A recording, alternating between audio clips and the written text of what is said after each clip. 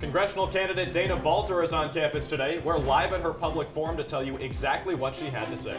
An possible meeting with President Trump and President Putin is in the works. We've got all the details.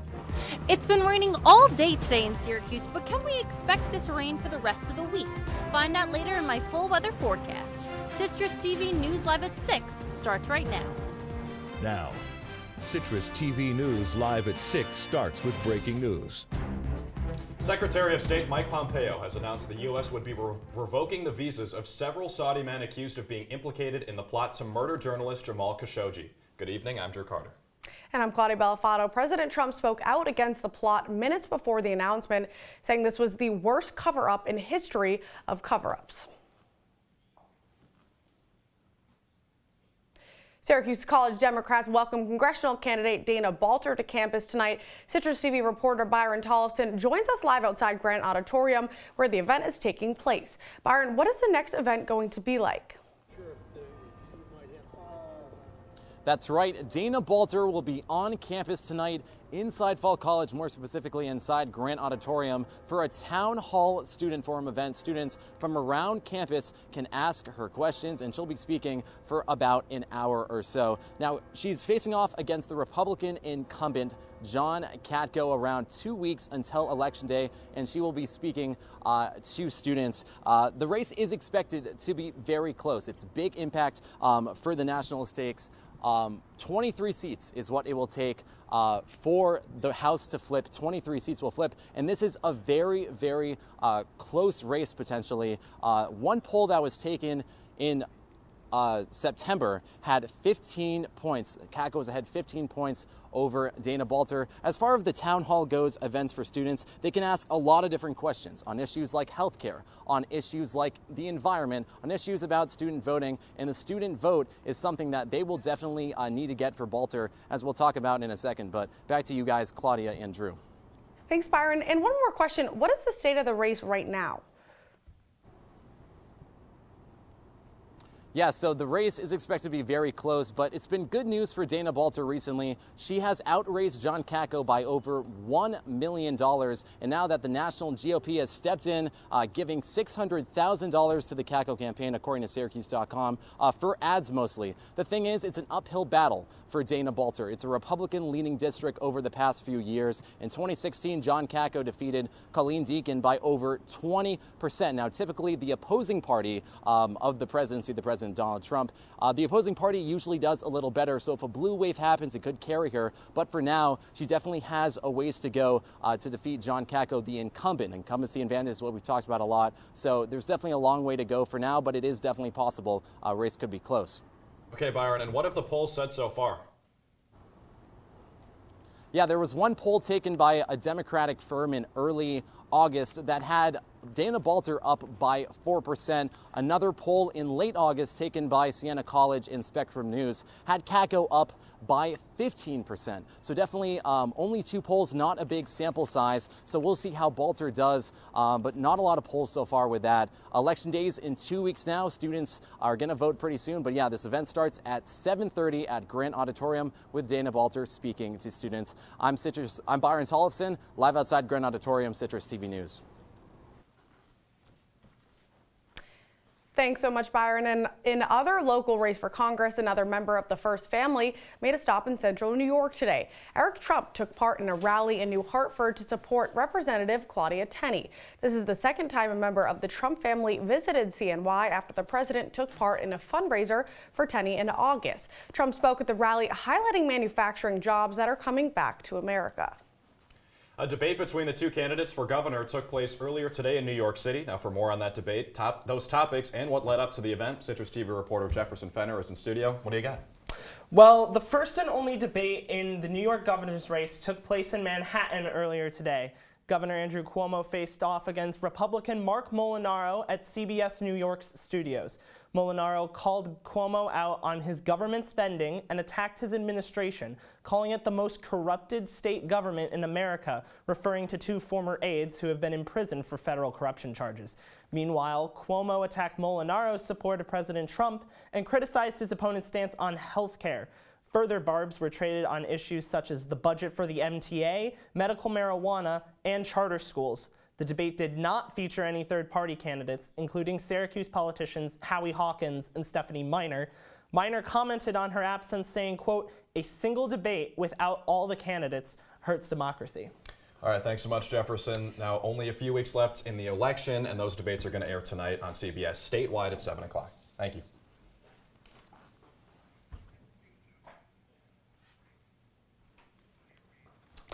The unemployment rate in the Syracuse area has dropped to its lowest level in 18 years. According to the New York State Department of Labor, the rate in September decreased to 3.7%. It's an increase of nearly 3,000 jobs over this time last year. Statewide employment dropped to 4.1% itself, a 30-year low. And a North Salina Street building is going to be renovated into a commercial apartment complex. Syracuse Planning Commission and the Syracuse Landmark Preservation Board have approved the owner's plans for the vacant North Side building. The North Salina Street Historic District lists the building as a contributing historic structure. The architect on the project says the decades-old original storefront of the building will be recreated. A 21-year-old Syracuse man is in custody after robbing another man at gunpoint in downtown Syracuse. At around 1:30 a.m., the victim reports Michael Viola forced him into an alley on South Salina Street while pointing a gun at him. Viola stole $50 from the victim's pocket, but the man was left uninjured. Viola was charged with robbery and criminal possession of a weapon. Schools in upstate New York are closed today after the suspect of a double murder is still on the loose. The suspect shot and killed 24-year-old Amber Washburn and 28-year-old Joshua Niles yesterday afternoon in Sodus, New York. Sodus is about 25 miles east of Rochester. Authorities believe it was a targeted incident and that the public is not at risk. As of this afternoon, police are still looking for the suspect, who is described as a man wearing a dark hoodie and a green hat. And district attorneys in New York are trying to stop the creation of a prosecutor conduct commission. The commission would review claims against DAs and their assistants to recommend disciplinary action to the governor. Governor Cuomo signed a bill to create this panel back in August. The District Attorneys Association of the state of New York says this bill is unconstitutional and have filed a complaint in Albany Supreme Court. Nearly 30 years have passed since an airplane bombing took the lives of 35 SU students flying over Lockerbie, Scotland. Now a group of Scottish men are looking to complete the late students' journey in the bike ride cycle to Syracuse. And this morning, 5 Scottish men boarded a plane to complete the last leg of the journey, 600 miles from Washington, D.C. to Syracuse. The total distance that will be covered in the journey is equivalent to the distance from Lockerbie to Syracuse. The cyclists will ride into Syracuse on November 1st as a part of the university's Remembrance Week. Hendricks Chapel Winter Coat Drive is now underway. SU's Office of Engagements is collecting gently used winter coats, hats, gloves, and scarves to help students in need to stay warm this winter. A collection bin is located in the lower level of Hendricks Chapel, right next to People's Place Coffee Shop. The coat drive goes until November 23rd. You know, Claudia, it's rainy and gloomy today, just not very nice outside. It's not. It's a good movie day or a good day to stay in and watch Citrus TV live at 6. I'd say that's a great option, or you could watch tonight on the bench on Citrus TV. I know Sonny Balkin's going to be watching on the bench, but Sonny, is that weather going to get nicer anytime soon? Sadly, guys, that weather is not going to get nicer anytime particularly soon. By that, I mean in the next 48 hours. But if you can see here, currently it's rainy right now into tomorrow. That's going to stay pretty consistent. Moderate to low temperatures for the rest of the week. Now, let me give you a little bit of a preview what that's going to look like. Now, tomorrow it's going to be 43 at midnight into 40 and high chance of rain throughout the day and high humidity into the evening. Low to high 30s at night. That means that those temperatures are going to stay pretty consistent, but that humidity is going to be dropping down, which means that we might see some pretty icy conditions on the road, which we're going to talk about a little bit later in my full weather forecast. Now, let me give you the full look with central New York. That's right, a lot of moderate to high 40s across the board. Everything going pretty well, nothing too bad, nothing too icy or too cold yet. But if you take a look at our weather conditions, it is indeed rainy across the region, which means that everybody is kind of syncing together. We're all getting this rain. Back to you guys. Thanks, Sonny. And after the break, more updates on the death investigation of journalist Jamal Khashoggi and what Vice President Mike Pence has to say about it. And the stock market rode the roller coaster today. Find out why after the break.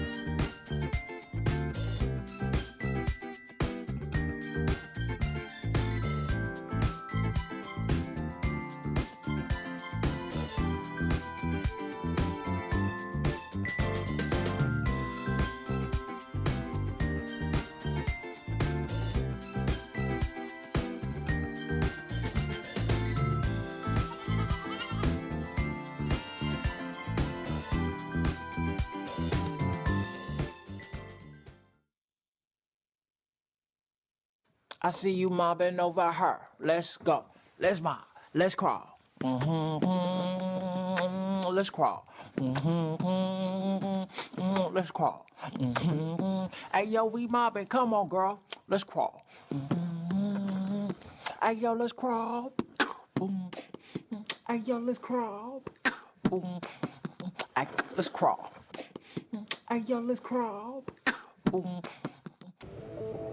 What are you, superheroes? Just four brothers who hate bullies and love this city.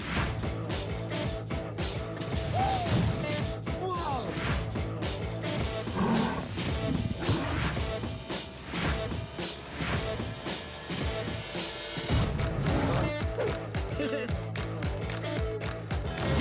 Gear up, guys.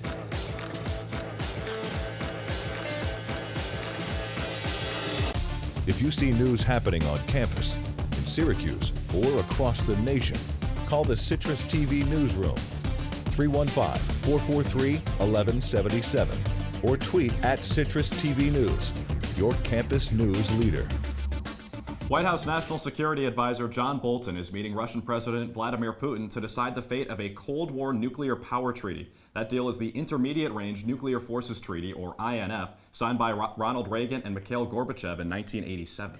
President Trump said on Saturday that he was withdrawing from the deal because Russia wasn't complying. The move comes as tensions between Washington, Moscow, and Beijing escalate. Bolton has previously argued that the treaty should be expanded to cover more nations or dropped entirely. President Putin said in the opening of the meeting today, when the press was there, that in his words now, it would be useful to continue a direct dialogue with the President of the United States, primarily on the fields of international events that will take place in the near future, for example, in Paris. Of course, if the American side is interested in these contacts, President Putin said, and I said yes, in fact, that President Trump would look forward to meeting with him in Paris. And it was a roller coaster day for the stock market this morning. The Dow dropped 500 points, but it managed to recover most of its losses thanks to McDonald's and Procter & Gamble stocks. Oil prices also fell, seeing their biggest daily loss in 3 months. This is due to the stock market pressures this morning and tensions surrounding Saudi Arabia, a leading oil supplier. Former Supreme Court Justice Sandra Day O'Connor is withdrawing from public life after revealing she has the beginning stages of dementia. The 88-year-old wrote in a letter this morning that she will continue living in Phoenix with her friends and family. The court's public information officer released her letter where she added that she hopes she has paved a path for women facing obstacles in their careers. O'Connor was the first woman to serve on the Supreme Court. The FBI is launching an investigation for the pipe bomb-like explosive device found yesterday in the mailbox of billionaire philanthropist George Soros' Westchester home. Soros was not home at the time, but the bomb was found. Police are reviewing surveillance footage to determine whether the device arrived by mail or if it was planted in the mailbox. Police say there are no current suspects and it is not an ongoing threat. Turkish President Erdogan is demanding more answers from Saudi Arabia about their role in the killing of journalist Jamal Khashoggi. Erdogan claims that the murder was planned in advance, contradicting official claims from the Saudi government. Khashoggi was killed and dismembered in the Saudi consulate in Istanbul early in October. Turkish reports say that several Saudi royal bodyguards were involved in the killing. Vice President Mike Pence visited the headquarters of the Washington Post today, where Khashoggi last worked as a columnist. Take a listen to what he had to say.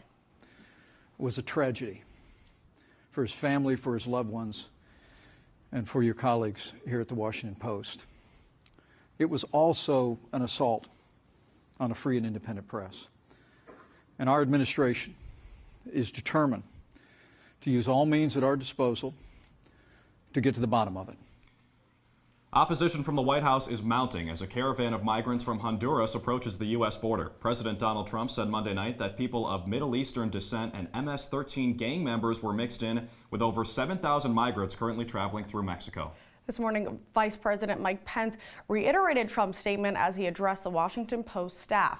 Reporters from the New York Times and other media outlets say they have seen no evidence to support the claims. Trump said yesterday that the U.S. will be cutting foreign aid to Honduras, Guatemala, and El Salvador as punishment for not stopping the caravan. And a major hurricane is set to strike Mexico's Pacific coast today. Hurricane Willa was recently downgraded to a Category 4 hurricane after a brief period as a Category 5. The U.S. National Hurricane Center says Willa is reaching maximum sustained winds of 155 miles per hour. Authorities expect massive storm surges, flooding, and up to 18 inches of rain to fall along the coastline. Thousands of people have begun evacuating the area. Up next, what do the Beatles and Drake have in common? Stay tuned to find out. And behind me you see some pink, or should I say some ice, mixed in with that rain. Find out what that means for driving conditions when we get back. Stay.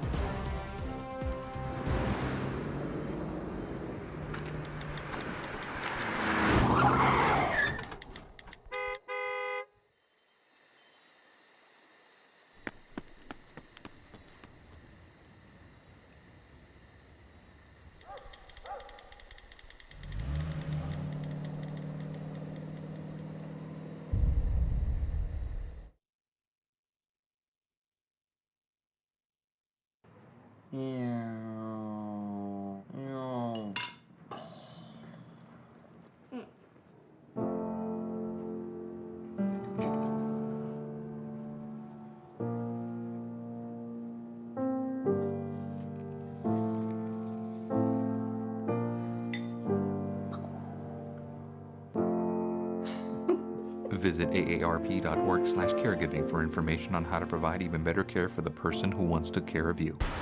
Look at you. You're at the top of your game. You're unstoppable. Nothing can throw you off track. Wait, is that your car? Uh-oh. Yeah, I saw that coming. That will throw you off track. You're looking at around 10 grand in fines, legal fees, and increased insurance rates. Let's try this again. Smart move. Because buzz driving is drunk driving. From the CitrusTV Weather Center, this is SU's most accurate weather forecast. And we're back with a little bit of icy conditions, something that we always expect this time of year, nothing too serious. As you can see, there's some blue up there near Canada, and that's going to hit the New York area pretty soon. Let's take a bit of a closer look. Here is our wonderful Syracuse that we love so much, being hit by a lot of green. That means a lot of rain, but you can see some specks of pink up there that pass through later on tomorrow, probably into Thursday. Now, what is that going to mean for road conditions? A lot of people drive, a lot of people need places to go, especially during the week with work. Now, as you can see, green means wet. There is a lot of green. There's going to be a lot of rain this upcoming week, so it makes sense.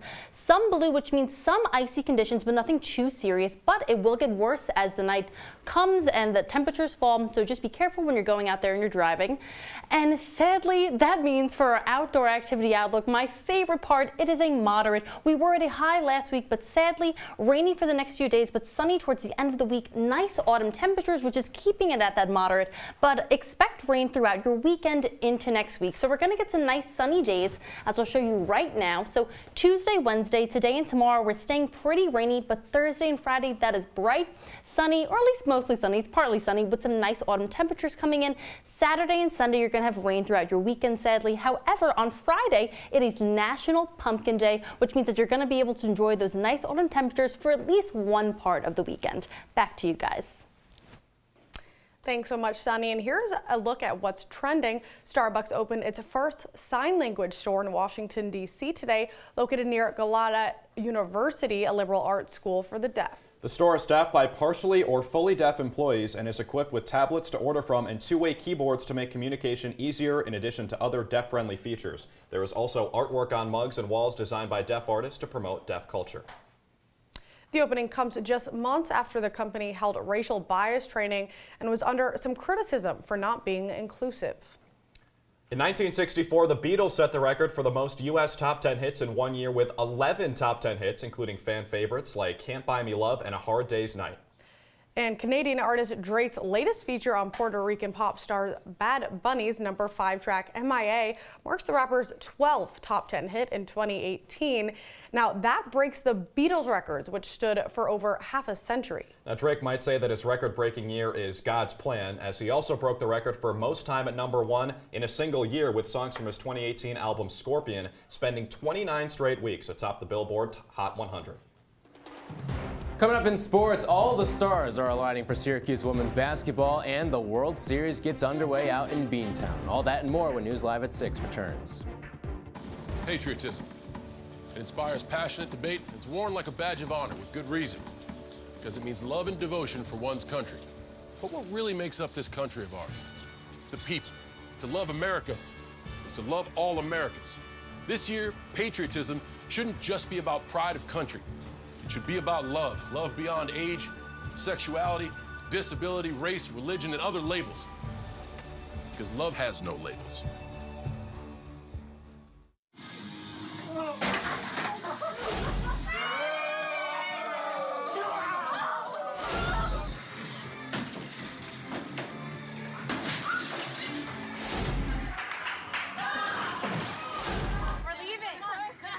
Most party fouls are pretty dumb. But if you decide to drink and drive underage, you could lose your license and your freedom. Underage drinking and driving. The ultimate party foul.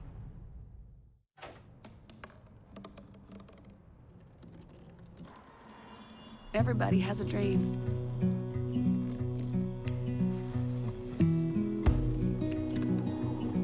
Mine was to see the ocean. And with a little help, I made it.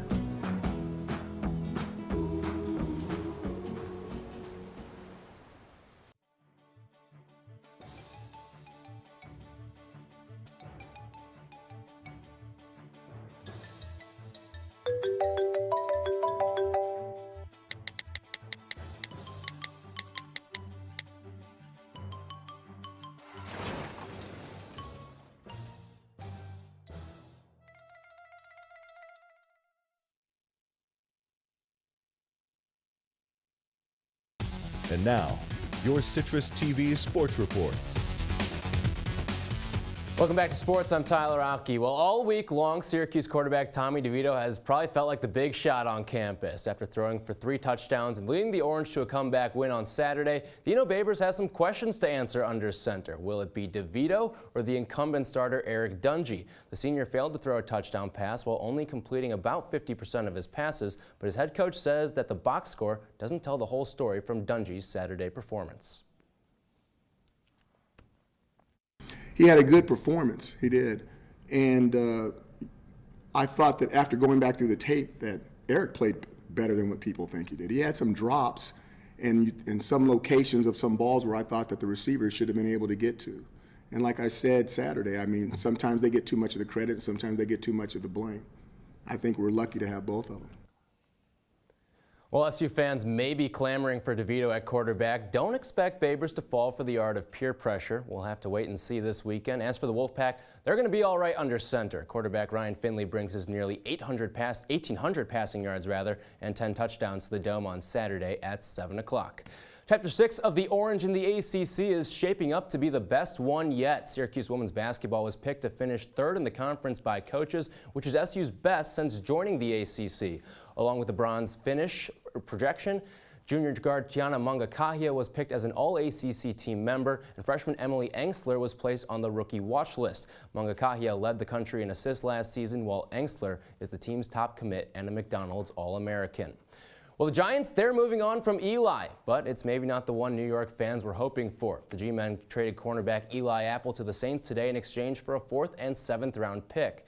The former first-rounder has just 1 interception in his 2+ seasons. Apple had a tumultuous tenure in New York, which included him being suspended by the team and being called a cancer by safety Landon Collins. The Giants are currently tied with the 49ers and the Cardinals for the worst record in the league after losing to the Falcons last night.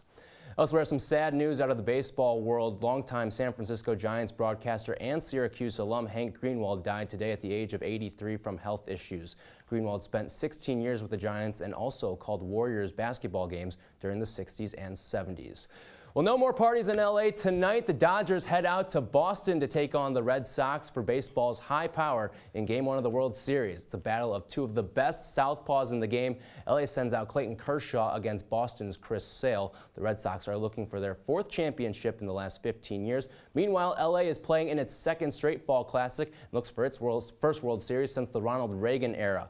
First pitch from Fenway is set for just after 8 o'clock. Should be a fun one today in Game 1. Well, Tyler, like you said, no more parties in LA, but I know Fenway knows how to party. What are the odds looking like for the Sox this weekend? Well, it's going to be a lot of fun with these two teams. Two of the big powerhouses, two of the favorites coming in. Boston, of course, winning almost 110 games. Meanwhile, LA just getting Manny Machado at the deadline certainly bolstered their chances. They're all in now, but I like the Sox in 6. All right, then back to Syracuse football. Playing NC State, pretty solid team coming to the Dome. What do you see from that game? I think it's going to be a very high-scoring game. I know Syracuse's defense has faltered a little bit. Meanwhile, NC State, they're a little rough around the edges defensively too, and 2 very potent quarterbacks. Maybe even 3 potent quarterbacks we'll see in this game. So I think a high-scoring one, but I think Syracuse edges it out by about 3. That game could be overwhelming, as some people like to say. We'll be right back. Thanks, Todd. Your daughter just had her first breakup.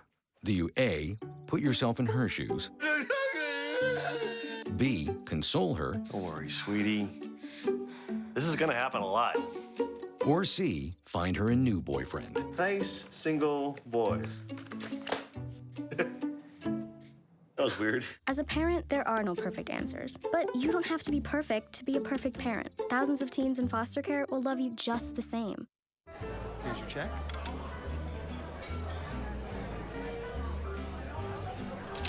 Oh, you got it. You know, since I got rid of my car, I really enjoy walking. Okay. God, no. Getting pulled over for buzz driving could cost you around $10,000 in fines, legal fees, and increased insurance rates. Oh, you're home early. You live with your mom? That'll set your game back a few years. Buzzed, busted, and broke. Because buzz driving is drunk driving. Did you hear about the pony with a sore throat? He was a little horse. Can I tell you a cat joke? Just kidding. Why couldn't the Wait, why was the basketball court all wet? Why? Because the players kept dribbling all over it. Where did cats go on vacation? New York.